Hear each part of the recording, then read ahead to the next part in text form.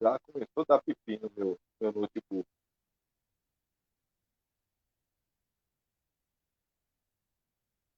Ah, não, você tomou live. Desculpa, gente. Boa noite, bem-vindos a mais um Atapapo. Desculpem o palavrão. É que o meu notebook está com problemas aqui, então eu não tinha percebido que já estávamos online. Ali, pelo meu notebook, ainda não estamos online. E agora eu vou ter um problema sério aqui, eu já vou tentar. Ah, não, deu certo. Ah, tá aqui.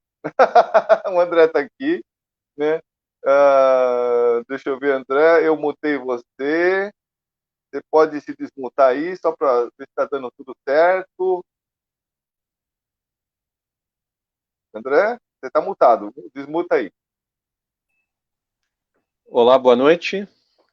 Boa noite, André. Gente, deixa eu explicar para vocês o que está acontecendo. Porque hoje é saúde em tempo de pandemia e, de repente, vocês olham eu e o André. O que está acontecendo aqui? Boa noite, Marcos. Tudo jóia? O problema é o seguinte, o doutor Rodolfo teve uma emergência, né? Então ele vai se atrasar um bocadinho. E aí eu pedi aqui para o meu amigo André entrar para a gente estar conversando um pouco, enrolando vocês. Não, mentira. A gente tem assuntos bastante importantes para a gente estar debatendo, para estar conversando. Também chamei o companheiro Claudemir, vamos ver se ele chega. E aí a gente vai conversando, batendo um papo, enquanto o doutor Rodolfo vai tentando aí dar conta ali da emergência dele, né? Mas bem-vindos a mais um Atapapo, de terça-feira, saúde em tempo de pandemia, que hoje a gente começa um pouquinho diferente, né? O nosso amigo aqui, André, que é filósofo, mas ele também, além de filósofo, também tem um pezinho na teologia, e agora ele está voltando um pouquinho de novo para a teologia, né? Ele tinha defenestrado totalmente a questão da teologia, está voltando agora. E Janine, boa noite, tudo bem? Que bom que você está aqui. Seja bem-vinda, não sei se você já conhece aqui o André, bom, vai conhecer agora. André, Janine é lá da Lagoas, é mãe da Iracema, e olha, Janine, pela Iracema que eu falei, não, nós não vamos desmarcar, mesmo com o doutor Rodolfo ficando com problemas, porque eu fiquei muito chateado com a história da Iracema ficar esperando a gente até as 11 horas da noite, então vamos conversar hoje, vamos bater um papo com um enfoque diferente, né, hoje, em relação a vários assuntos, mas eu queria começar, né, abordando a questão da intolerância religiosa. Eu sei que a gente já falou sobre isso na live do Sol, aqui também já conversamos, mas aí a gente vai ter uma outra visão, né? Porque o André, além de filósofo, ele também tem um pezinho, assim, ele tem um passado fundamentalista cristão, entregando aqui os podres do André, né?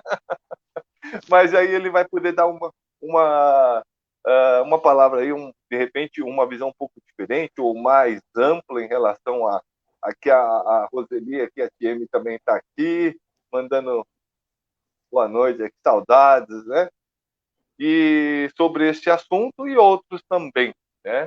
Então, eu vou me explicar um pouquinho. O André acompanhou, mas não tão a fundo, faz tempo que a gente não conversa. Aqui em Araçatuba, tivemos recentemente o caso, né, em que uma menina, né, uma adolescente, estava passando pelo um ritual, né, um rito de iniciação, né, nas religiões afro, que exige que se fique, acho que, se não me engano, 7 dias na comunidade, convivendo ali, raspagem do cabelo e tudo mais, e aí houve uma denúncia, né, do Conselho Tutelar, e aí isso resultou numa desgraça, numa situação muito chata, muito ruim, né, em que a polícia é, foi lá, entrou no terreiro, quebrou o rito, retirou a menina, e inclusive essa menina acabou ficando, acho que cerca de 15 dias longe da mãe, né, porque houve aí um processo em que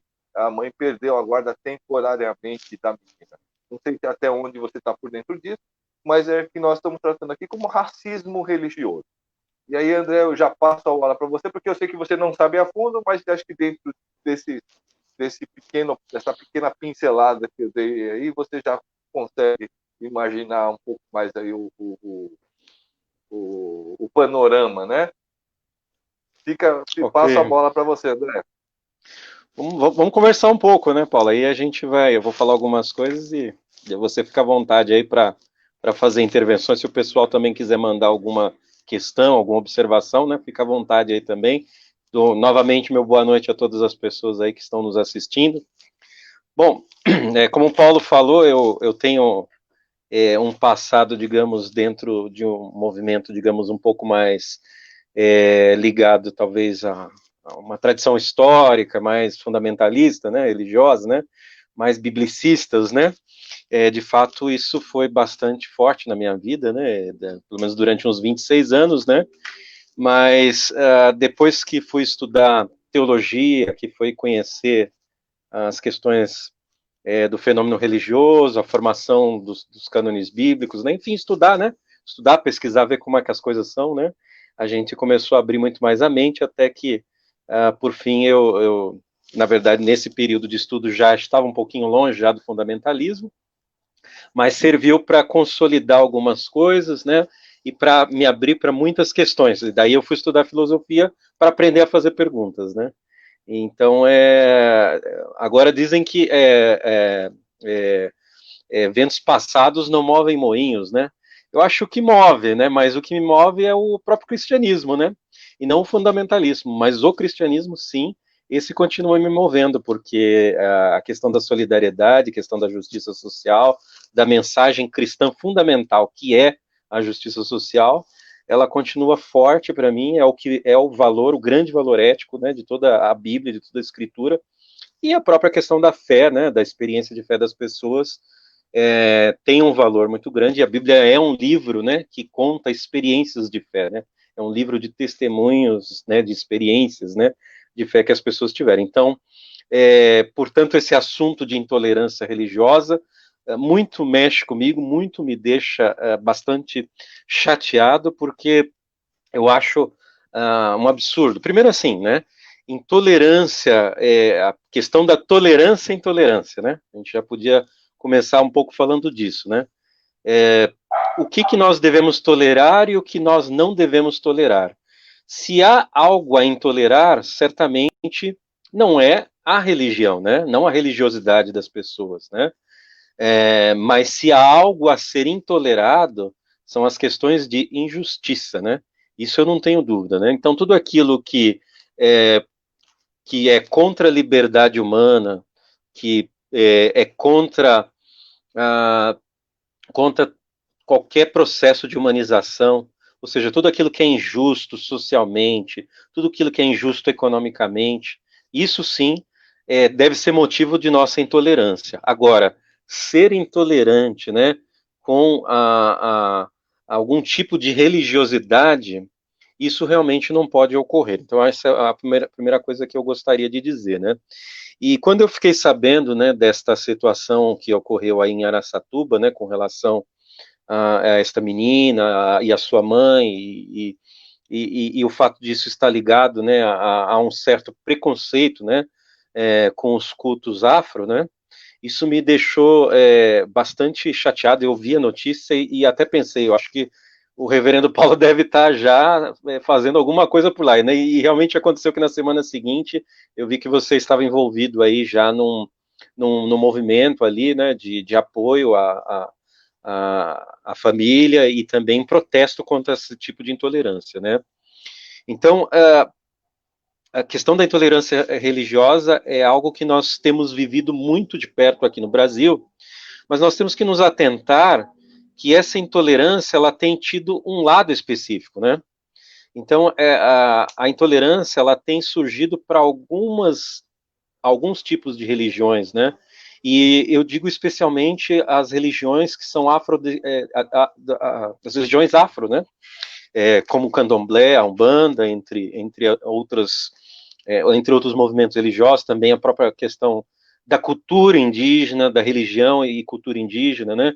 Também tem sido motivo de grande intolerância da parte justamente de setores fundamentalistas, infelizmente, né?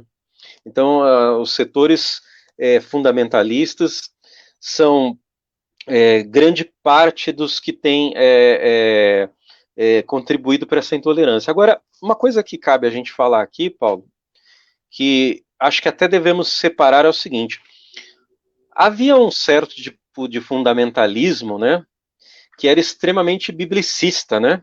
Ele cria num certo caráter, né, de inerrância da Bíblia e tudo mais, né? Interpretava literalmente a Bíblia, né, em certos Interrompi um aspectos. pouquinho, André, para duas coisas.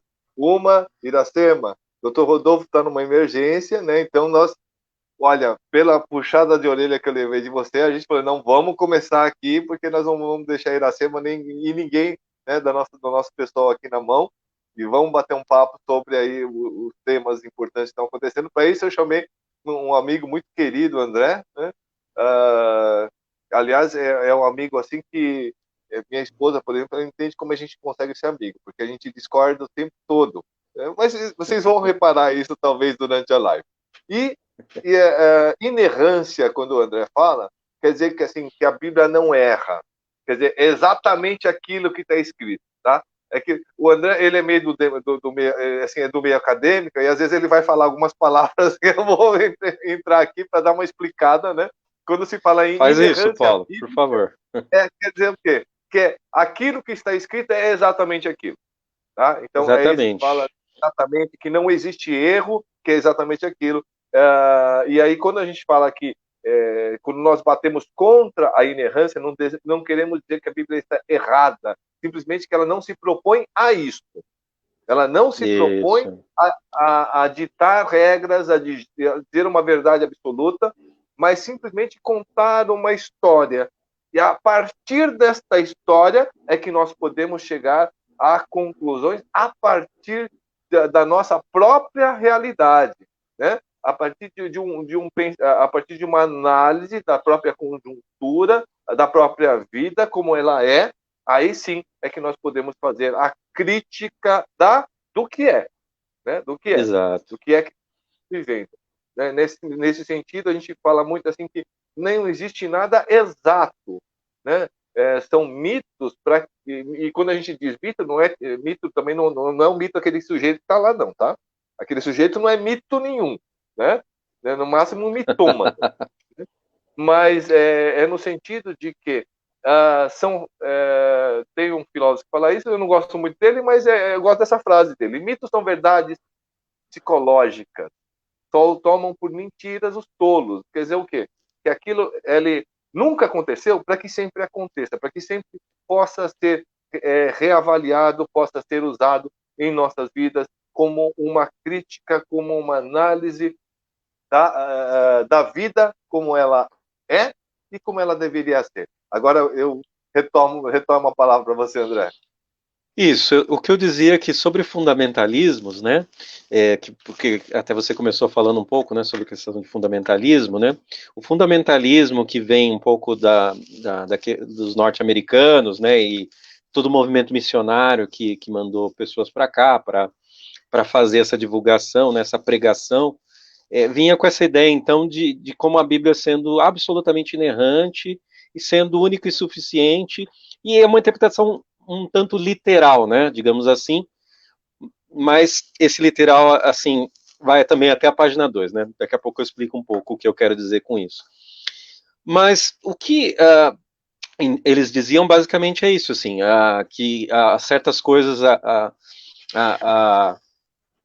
da Bíblia deveriam ser consideradas como literais e, portanto, deveriam ser seguidas. E somente a Bíblia seria necessário, quer dizer, você não precisa de psicologia, não precisa de outras coisas, né?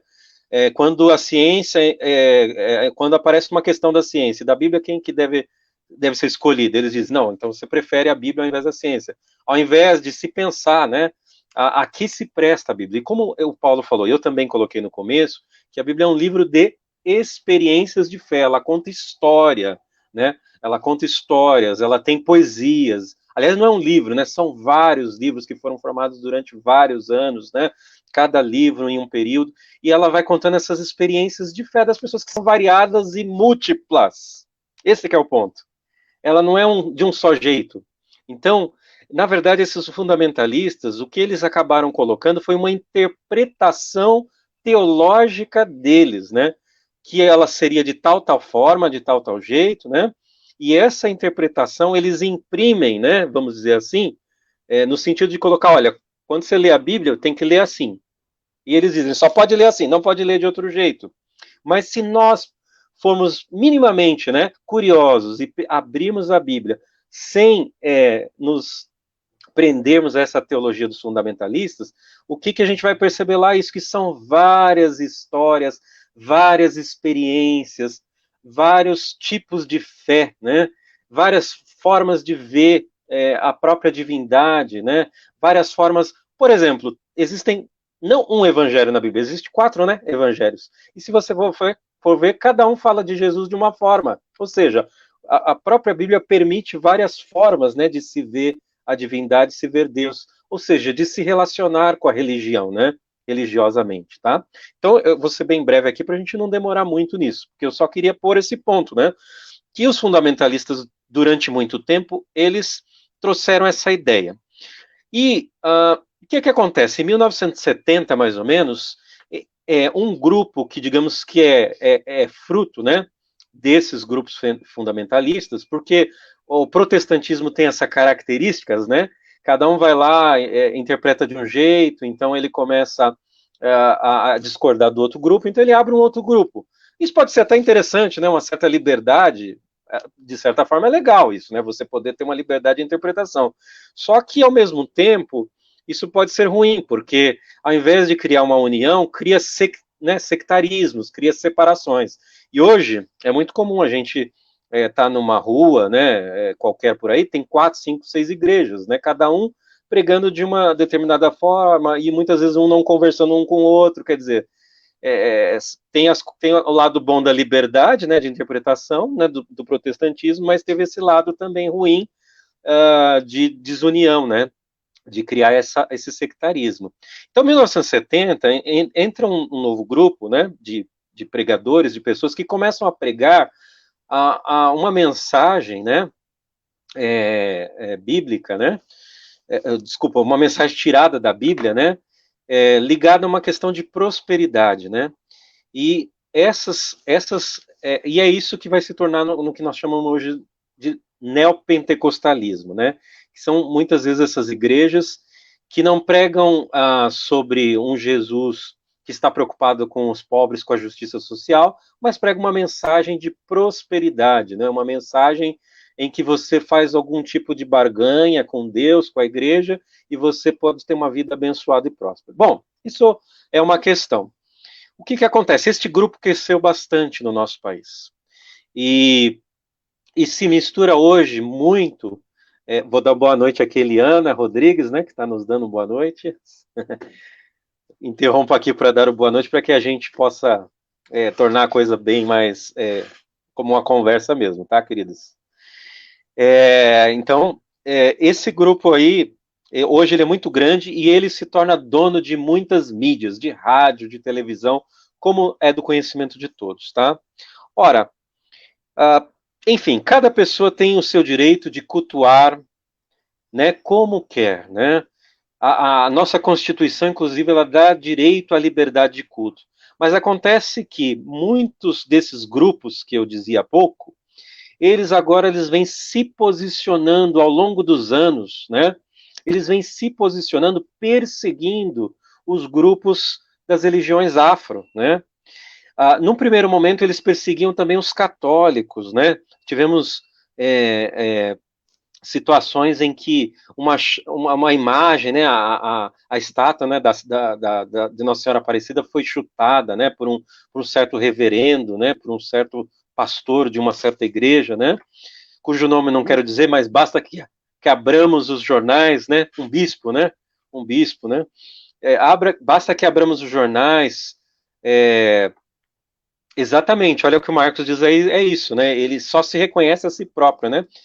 Então, assim, todo esse problema hoje do fundamentalismo está gerando, infelizmente, uma coisa muito desagradável, que é a intolerância. E por que ele gera essa intolerância, Paulo? e demais amigos aí que estão nos ouvindo. Porque o fundamentalismo, ele tem um problema de se fechar. Ele se fecha em uma interpretação, ele se fecha em um determinado tempo, em uma determinada forma que é seletiva, que é escolhida por aqueles que lideram esses grupos, né? E eles se fecham de tal forma que não há um diálogo possível para outras formas de experiências de fé. Sendo que nós temos que pensar que religião é uma coisa multiforme. O que ela quer dizer isso? Que tem muitas formas. Por quê? Porque a religiosidade é uma coisa que faz parte da experiência humana. E tudo que é experiência humana nunca é só de uma maneira. É de várias formas e de várias maneiras. Tem várias características. Por quê? Porque é influenciado por culturas diferentes, por tempos diferentes, por pessoas, por costumes. Assim como a cultura é variada e a religião também, ela um objeto da cultura, digamos assim, ou ela é um fenômeno, né, da cultura. Por que eu digo que veja só, a fé é uma coisa, mas a religião é um fenômeno da cultura. Eu também não estou dizendo isso que Deus seria o fenômeno da cultura, né? Porque Deus é transcendente, né? Mas a fé e a religião, ela é fenômeno da cultura. Ela está no meio da nossa experiência humana. Então, ser fundamentalista é se fechar às outras formas, às outras experiências humanas de religião. Então, a intolerância religiosa, que na maior parte das vezes vem desses fundamentalismos, não me parece algo que seja humanístico, não me parece uma atitude de solidariedade, não me parece uma atitude de amor e de convivência, de paz com as pessoas, mas ao contrário, é justamente beligerante, né? Ou seja, de guerra, né? Gente que quer fazer guerra, gente que quer fazer confronto, que quer conflitar, e não de gente que quer se unir para construir algo melhor. Então, é isso que eu teria a dizer sobre, inicialmente, sobre esse tema da intolerância religiosa. E é claro, né, que nesse caso da garotinha, né, ali e do ritual de que ela participava, eu assim, não tinha muitas informações, né, quando assisti o noticiário. Mas eu não tive dúvidas, assim, na minha mente, a primeira coisa que passou foi essa. Isso é difamação como forma de intolerância religiosa. Porque Aliás, justamente tá num tratando, não ritual é de nem candomblé. intolerância, é racismo religioso, né? Racismo, porque tem outro lado que exatamente, tem a questão do racismo. Exatamente. Mas eu vou deixar Eu você queria falar um dar pouquinho, Paulo. boa noite a Fabiana, coordenadora do acampamento São Luís 2, em Arapiraca, Alagoas, né, o Renan Salviano, nosso companheiro aqui do PSOL, pré-candidato à vereança aqui em Araçatuba. A Djanir fala que ela é evangélica, mas respeita as outras religiões, até porque a religião não salva e ela tem amigos no candomblé. O pessoal da FNL lá na CESP Bandeirantes, boa noite. Tá saudando aqui, André. Boa noite. Boa Marcos noite, aqui, o pessoal da Marcos. CESP Bandeirantes. Ele foi aqui, foi evangélico na Batista, né, da década de 90. Havia um relacionamento muito amistoso com os evangélicos e demais religiões. Deixa eu até responder Isso isso que o Marcos Garcia falou, só para até colocar um ponto aqui. Quando eu falava do fundamentalismo religioso, eu quis dizer que houve um movimento, né, de evangelização por parte de fundamentalistas. Mas, por outro lado, Paulo, justamente naquele início, por mais que havia até essa crença mais, talvez, fechada na Bíblia, né, de ver a Bíblia de uma forma assim mais espiritualizada, ainda que houvesse isso, as igrejas elas tinham hábitos de maior amizade e tolerância, entendeu? Para com os outros, né?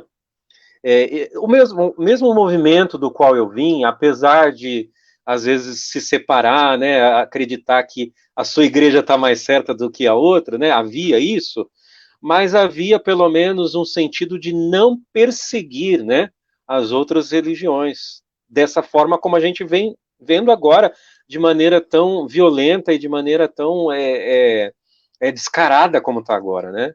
Então Mas as sabe por pessoas que isso ficavam. acontece, André? Sabe por que isso acontece? Disputa de mercado. O que existe hoje entre as diversas denominações é uma disputa de mercado. É a concorrência. Diferente da visão ecumênica. O que é o ecumenismo? O ecumenismo é o diálogo entre as diversas seitas cristãs. Ah, reverendo, seita? Sim, são todos seitas. São todos seitas. É a seita católica romana, a seita anglicana, a seita batista. Sim, por quê? Porque são ramificações, são divisões de uma mesma, em tese, de uma mesma religião, que é a religião cristã, né? Então, mas hoje não, assim, por que o neopentecostalismo cresce e tem essa força toda? Porque é uma religião de mercado. Nós vivemos uma sociedade de mercado e aí todas elas estão competindo. Aqui o Jesus, o Marco colocou que Jesus S.A., né? Vou até colocar aqui exatamente, né? Exato. É uma disputa de mercado, da mesma forma que a marca de sabonete A, B, C, D, E, F, assim, vão disputar a fatia de mercado. Essas igrejas estão competindo pela fatia de mercado, não pela proclamação do evangelho, não por levar a mensagem do evangelho, que é o quê? Amar. Ponto. É só essa. Amar. Né? Mas eu vou aproveitar esse tema para a gente derivar um pouquinho, para a gente não ficar tanto só na questão da espiritualidade, porque espiritualidade é na quinta-feira, com espiritualidade humana, com o nosso amigo Francisco. E aí eu vou te colocar uma questão. O Brasil, ele tem uma carga tributária, e aí eu estou falando isso com alguém que é da área tributária, né? O André, ele está falando aqui sobre filosofia, sobre teologia, mas ele é da área tributária, é consultor tributário, né? Tem livros na área da a IOB, se não me engano, né? Lançou um livro teu, Isso. dá aulas sobre o setor, trabalha para grandes empresas nessa área, né?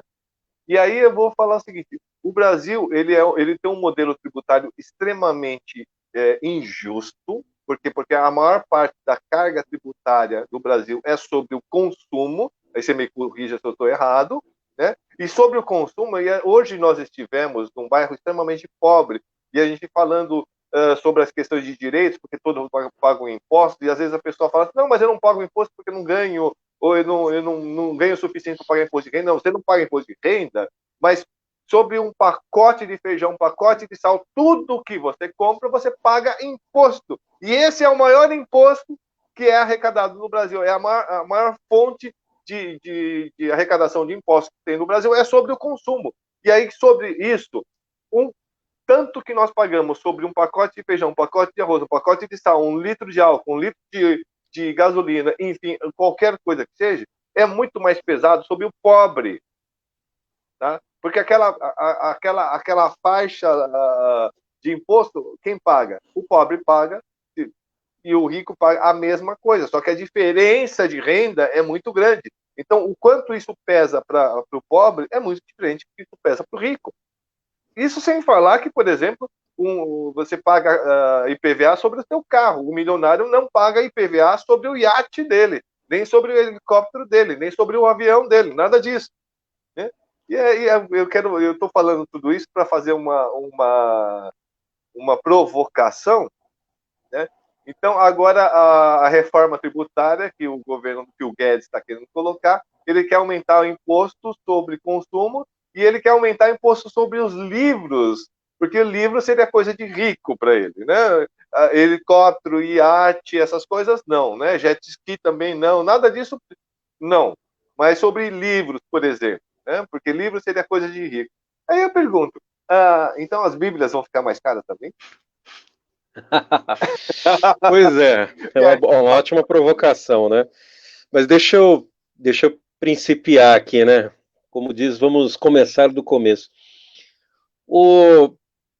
Uma coisa que é essa questão dos impostos que o Paulo está colocando, né?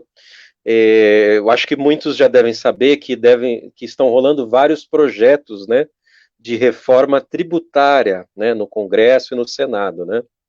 Então, existem lá diversos projetos. Mas dos projetos que, digamos assim, estão mais tendo, assim, digamos, encaminhamento mesmo, né, por parte dos políticos e por parte, inclusive, da equipe do governo, né, são projetos que não tocam na questão da renda e do patrimônio, tá? E isso é uma questão que o Paulo colocou aí, que é importante a gente pensar, porque esses projetos que estão lá, eu não lembro o número das PLs agora, mas depois vocês podem dar uma olhada nisso daí, porque está bem noticiado, né? Mas são projetos que tocam, na maior parte das vezes, nos impostos de consumo, né? Então, por exemplo, o ICMS, que é estadual, o ISS, que é sobre serviços, né? O ICMS é sobre mercadorias, né? Mercadoria, energia elétrica e telecomunicações, né? E o PIS/COFINS, né? Que são as contribuições, os impostos aí de Seguridade Social, né? Que também estão sobre consumo, tá? Essas Mas antes de você reformas. continuar, deixa eu fazer uma pergunta para você, André, que você é da área. Você que paga o seu pacote de internetzinho ali, qual é o percentual que todo mundo paga sobre o seu pacote de internet no celular? 42%. Então, Cerca de 42% 42%. do que você paga para poder ter acesso à internet no seu celular, quem Isso. tem, quem tem, do qual estão Isso. dependendo muitas crianças aí para poder ter aula, e isso eu não estou falando que tem que voltar lá presencial de forma alguma, né? Mas eu estou dizendo assim, isso é tão injusto, que ao invés de taxar o rico, aquele que ganha muito, tá? Em vez de taxar as grandes fortunas, as heranças e tudo mais, não, você está pagando 42% do que você coloca de crédito no teu celular para poder ter acesso à internet de imposto. Isso é Exato. extremamente injusto. Desculpa, É, mas eu acho que assim, essa colocação para a pessoa ver o quanto ela paga.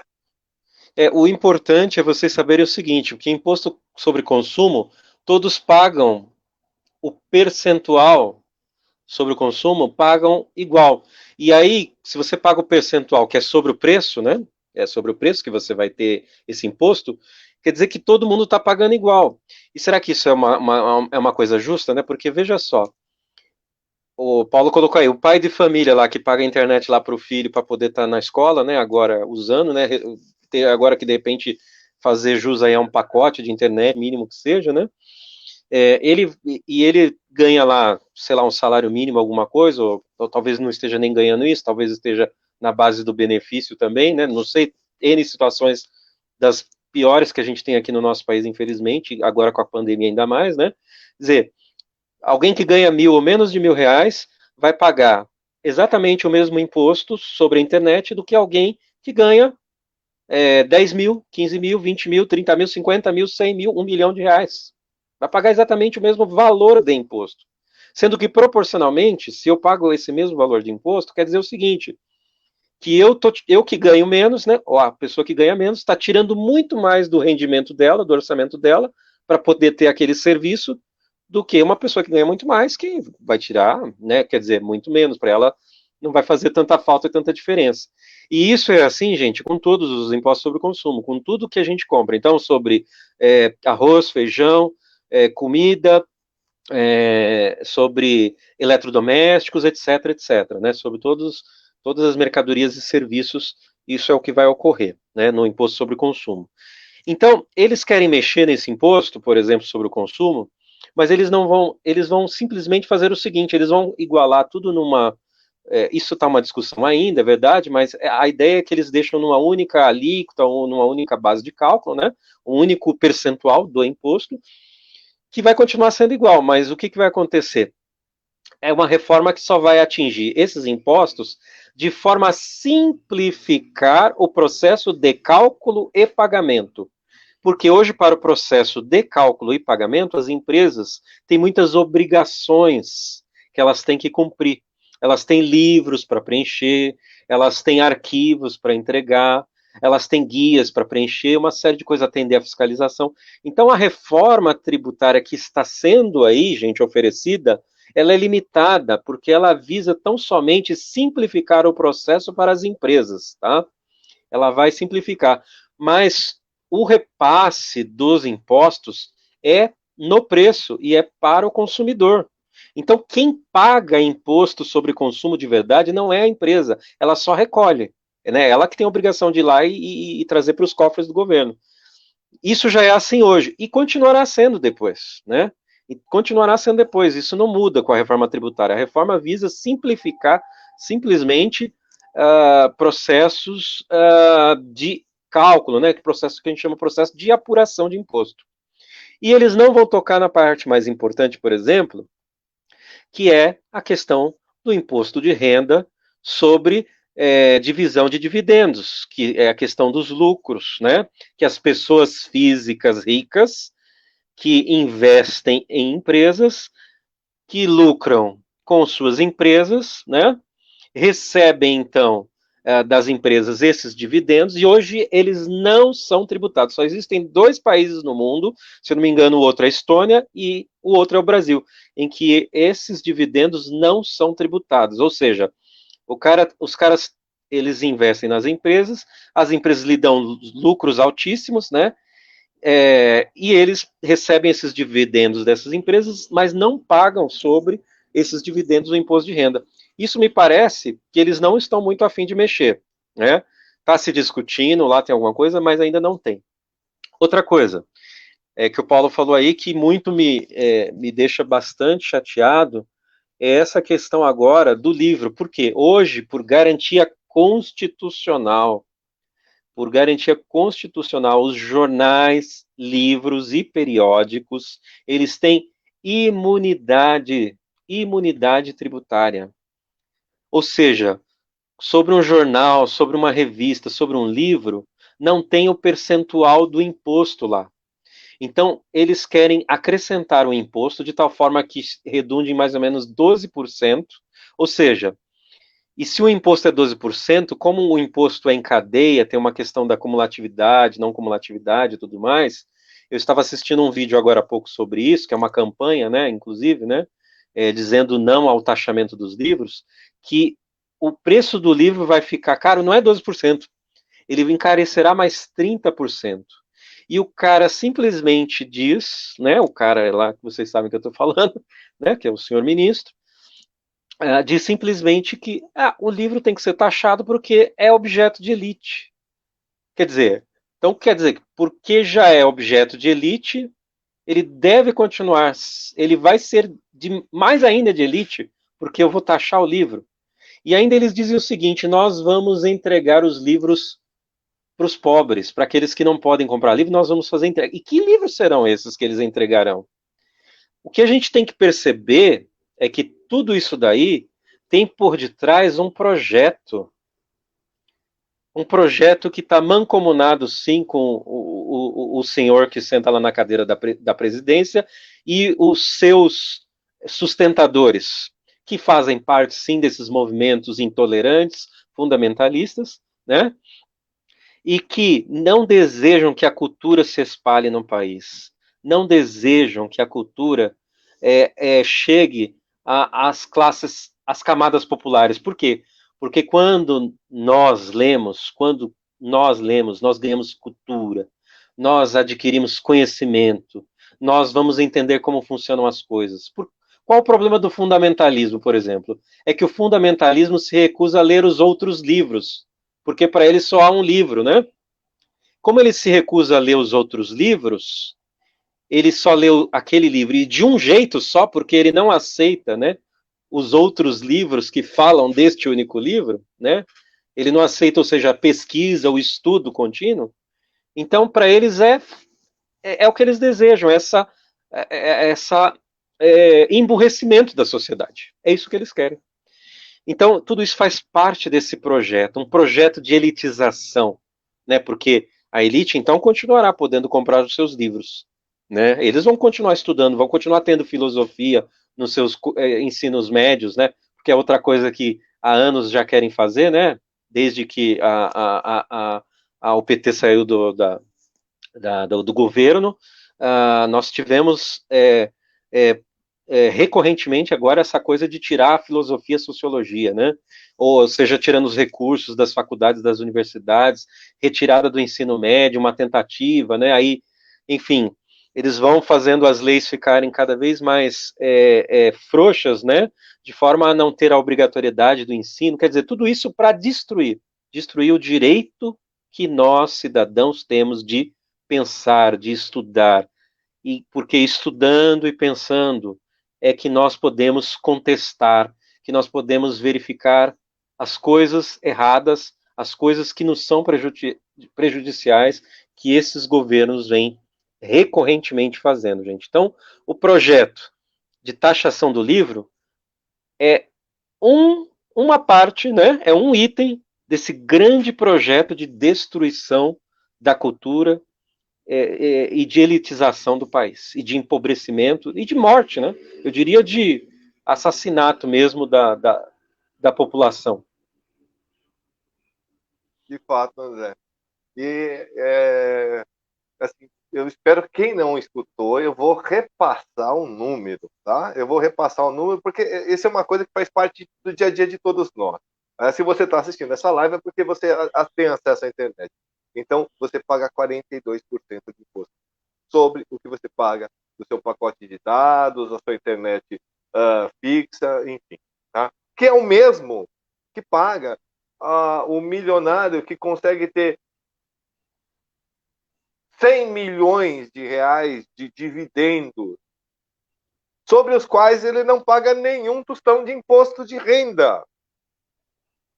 Tá? Então, o sujeito é acionista de uma empresa e tem ali, ele é só sócio de uma empresa e tira aí 100 milhões por ano de dividendos.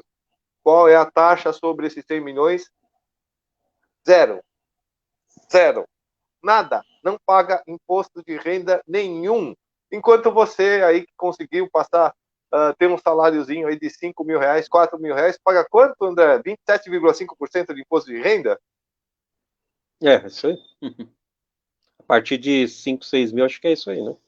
27,5%. Mas uma coisa, Paulo, que é importante a gente colocar, aliás, duas, né? Mais uma sobre essa questão, que agrava essa questão de imposto, é o seguinte, né? As empresas, para pagar o imposto de renda sobre as empresas, elas possuem vários mecanismos de deduções.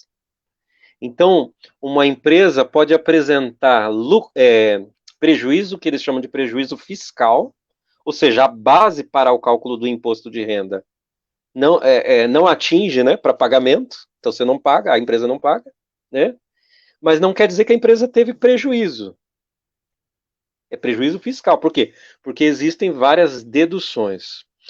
Eles dizem até o seguinte, né? Eles dizem que o que eles querem agora é incentivar as empresas, né? Fazendo com que a taxação seja menor nas empresas e que o bolo, né? O bolo digamos, o gasto, né? Fiscal, o gasto público, seja compartilhado. Mas isso é uma falácia. Isso é uma falácia.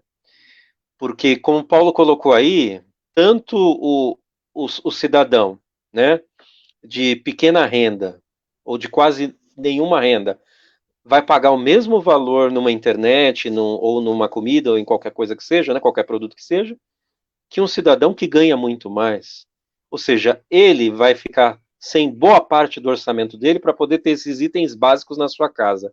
E o cidadão que é milionário, né, ele continuará milionário, porque ele vai tirar pouquinho ali, para ele não vai fazer muita diferença. E além disso, ele não vai pagar imposto de renda suficiente, quer dizer, nós continuamos nisso daqui, né, num processo em que a desigualdade vai fazendo cada vez mais assim, né, cada vez mais assim. Eu acho que nos governos anteriores, e aqui é uma pequena crítica que eu faria, é o seguinte, né, nós tivemos que a classe, né, a classe dos trabalhadores chegou a dar um pequeno salto para cá. Porém, a classe dos ricos fez um salto para cá. Só que o que aconteceu, né? Agora, Agora, eles não querem nem este passo para cima, né? Nem esta pequena locomoção para cima da classe trabalhadora. Ao contrário, ela está sendo completamente achatada.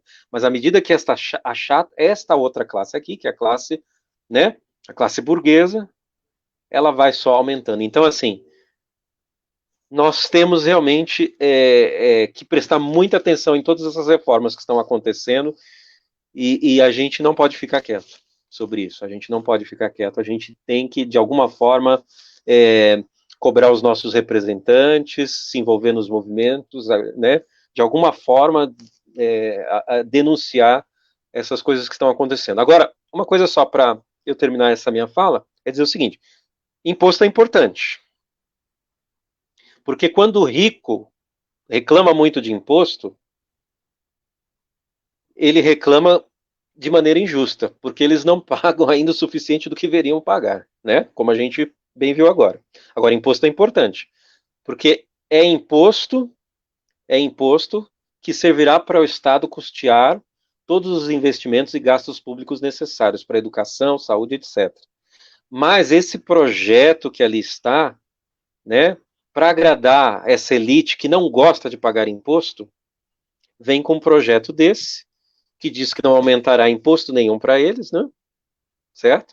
Mas que vai simplificar o processo deles simplesmente e não trabalha na taxação dos impostos como deveria trabalhar, né? Como, por exemplo, quem tem iate, quem tem helicópteros, não tem IPVA, né? IPVA para essas pessoas, não tem. Mas quem tem o seu carrinho que vai trabalhar com Uber lá, né? Vai comprar o seu carrinho, 60 prestações, né? Com muito custo, tem PVA lá sobre o seu carro, sobre o seu automóvel, né? Tem que pagar. Sobre sua moto, sobre qualquer veículo, imposto sobre veículo, propriedade de veículo automotor. Então, iate não tem motor, helicóptero também não, né? Aviãozinho particular também não deve ter motor, eles devem ser movidos a milagre, alguma coisa. Mas, enfim. E é uma coisa bastante importante nós verificarmos, né, que como a nossa base tributária, né, maior é sobre o consumo, o que acontece, o que está acontecendo agora? Caiu a arrecadação. Caiu a arrecadação. No entanto, os muito ricos estão muito mais ricos, ganhando cada vez mais. Se o imposto for sobre a renda, a arrecadação não cairia. Não cairia. Por quê? Porque seria sobre a renda de todos esses que estão ganhando cada vez mais. O Estado, Exatamente. ele tem que ser um distribuidor de recursos. Ele tem que equalizar para que todos possam viver, né? Então, o Moreira sempre faz uma coisa, uma parábola, né? Uma comparação em relação a isso. Ele fala em relação à economia como se fosse uma caixa de areia onde as crianças brincam. Elas vão brincando, vão fazendo montinhos e para se você fazer um montinho tem um buraco do outro lado. Você tira muito de um lado para colocar do outro e o outro lado. Então, para que possa continuar a brincadeira, alguém precisa derrubar esse monte e equalizar ali, né, a caixa de areia para que todo mundo possa continuar brincando. Seria mais ou menos esse é o papel do Estado, derrubar um pouco dessa areia para que a brincadeira possa continuar. E essa brincadeira chama-se vida em sociedade. Sem essa equalização, não há possibilidade de vida em sociedade, né? E aí, inclusive, essa nossa elite, entre aspas, elite, sei lá eu de onde pode ser chamado isso de elite, né, tem uma visão tão estapafúrdia, tão burra, né, que não entende que a sua própria insegurança, a violência urbana e tudo mais, advém da onde? Advém dessa injustiça social. Eu não chamo de desigualdade, eu chamo de injustiça. O que nós temos é injustiça. Se houvesse desigualdade, não haveria tanto problema. O problema é injustiça social. Se nós tivéssemos justiça social com desigualdade, não haveria tanto problema. Ué? Ah, não. Eu pensei que o Rodolfo tinha chegado aqui. É que eu caí aqui.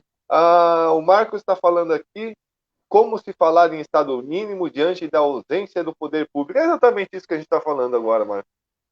Realmente é essa esse trabalho, o trabalho do poder público é de equalizar a sociedade, de dar condições de todos viver.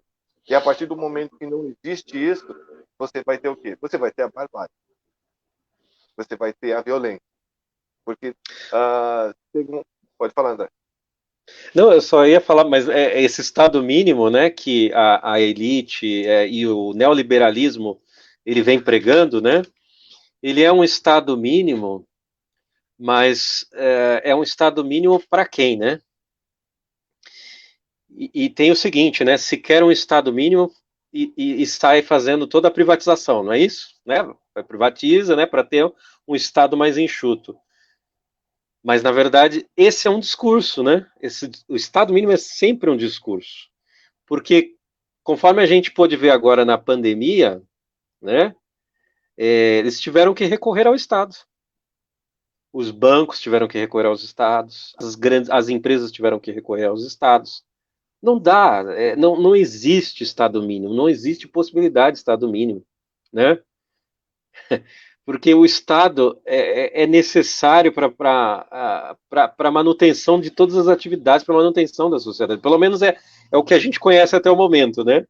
Eu sou muito mais a favor talvez de Quando uma se outra forma fala de nisso, sociedade, mas André, eu sempre lembro, né, da frase de Delfim Neto, gente. Olha quem está falando, Delfim Neto. é, Delfim Neto disse que o capitalismo, no frigir dos ovos, sempre depende do socialismo.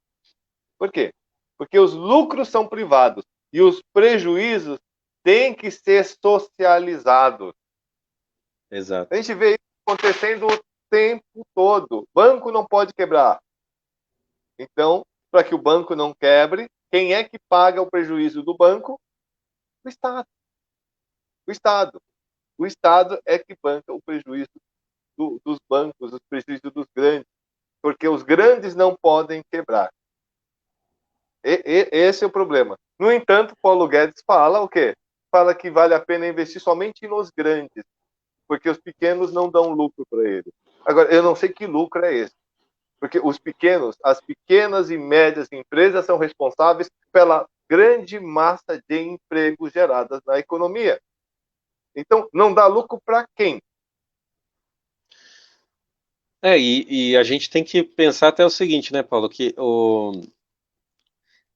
eu volto a dizer, né, o que acontece? É sempre certos discursos que se faz, né, Estado mínimo, incentivo às empresas, né, tudo isso são discursos falaciosos.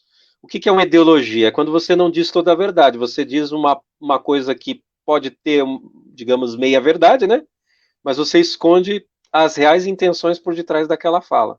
Por exemplo, quando se fala em Estado mínimo, está se escondendo, na verdade, os grandes cartéis, as grandes corporações que querem se formar em torno das grandes privatizações, etc, etc, né? Quando se fala de incentivo de empresas, né, de incentivar as empresas e tudo mais, não se está falando das microempresas. Olha, o próprio ministro falou que as pequenas empresas não importavam muito, não é isso, né? Ele não disse que, né, elas não tinham muita importância, não é? Então, assim, essa coisa da reforma tributária, por exemplo, você tem grandes empresas que têm um custo muito alto para manter áreas, né, para fazer essas apurações, esses cálculos de impostos. Então você tem cerca, às vezes, de 200, 300 pessoas que estão trabalhando tudo nisso daí.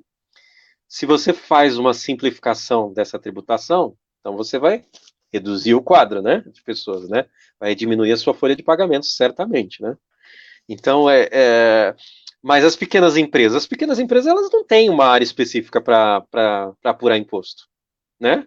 As pequenas, elas pagam um contador, muitas vezes, né?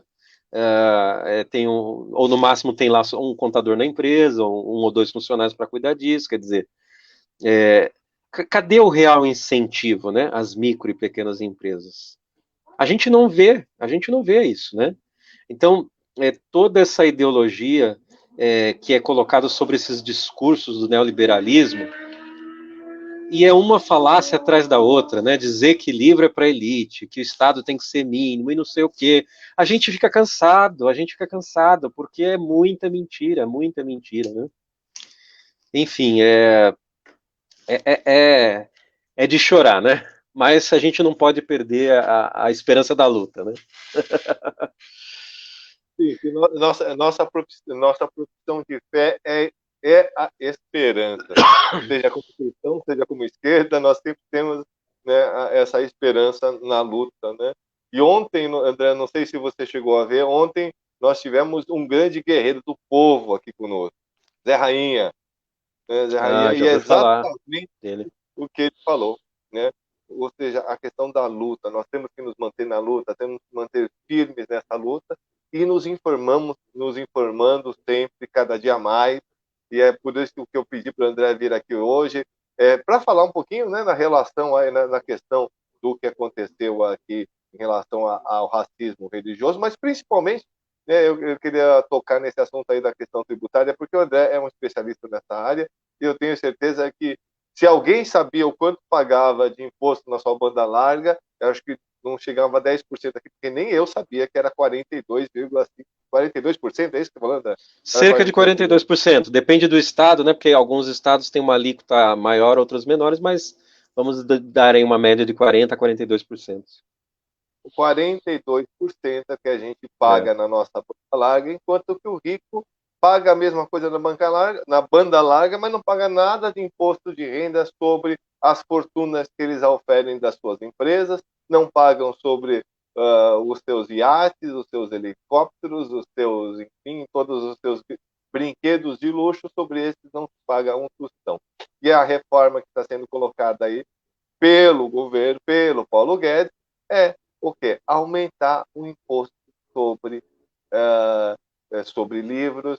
Ainda tem, não sei se ele exato. colocou aquilo sobre imposto do pecado, né? Aumentar imposto sobre açúcar, sobre, enfim, né? Essa É, maluquice toda, ao tem, invés de. tem, tem essa ideia, né, de ter a impostação. Hoje já é, por exemplo, imposto sobre os cigarros, né? É um imposto bastante alto já, né?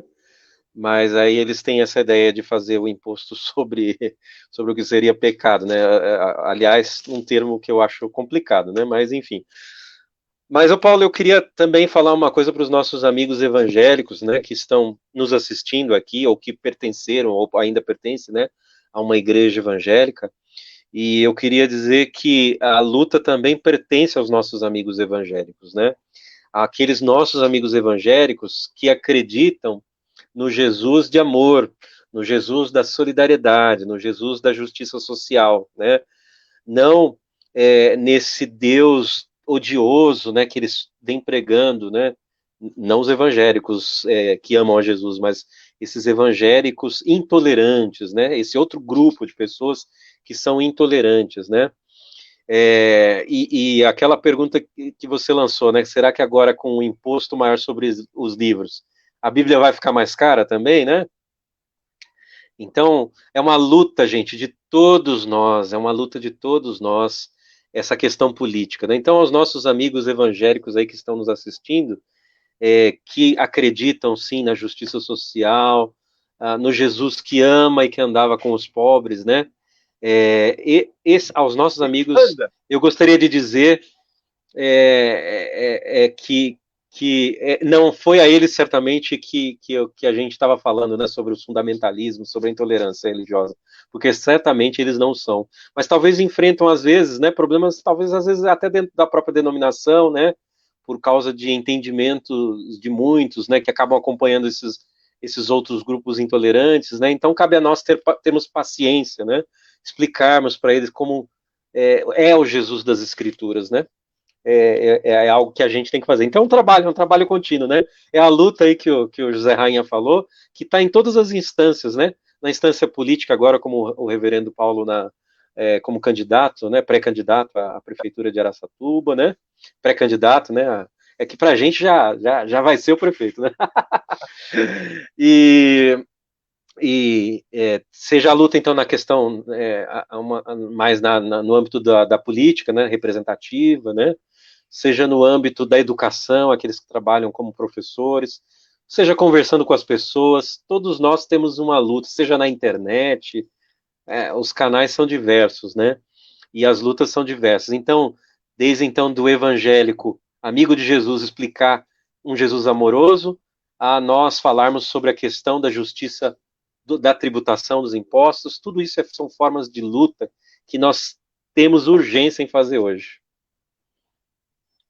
E olha, uma coisa que o André colocou agora, né, sobre estar conversando com as pessoas, algum tempo atrás, assim como mesmo quando eu era pároco, né, era pároco, quer dizer, eu era o responsável por uma paróquia. Hoje eu sou reverendo da igreja anglicana, sou sacerdote anglicano, mas não tenho paróquia, não tenho nenhuma paróquia. Tá? Meu trabalho é muito mais na área ecumênica, macroecumênica, nas questões sociais e agora na política também.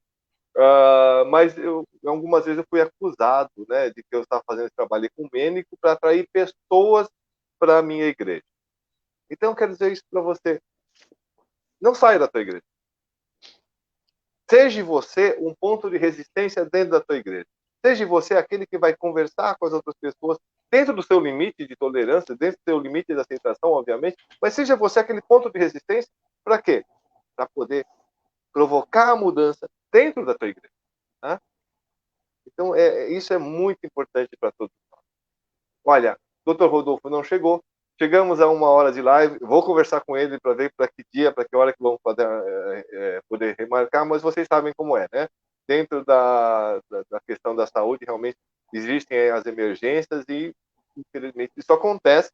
Né? O Dr. Rodolfo ele se esforça muito em estudar, em ver as informações, novas informações, mas às vezes isso acontece, né? E pedimos desculpas aí a todos. Espero que a conversa tenha sido bastante proveitosa a todos. Agradecemos todos os comentários, a presença e a paciência de todos vocês.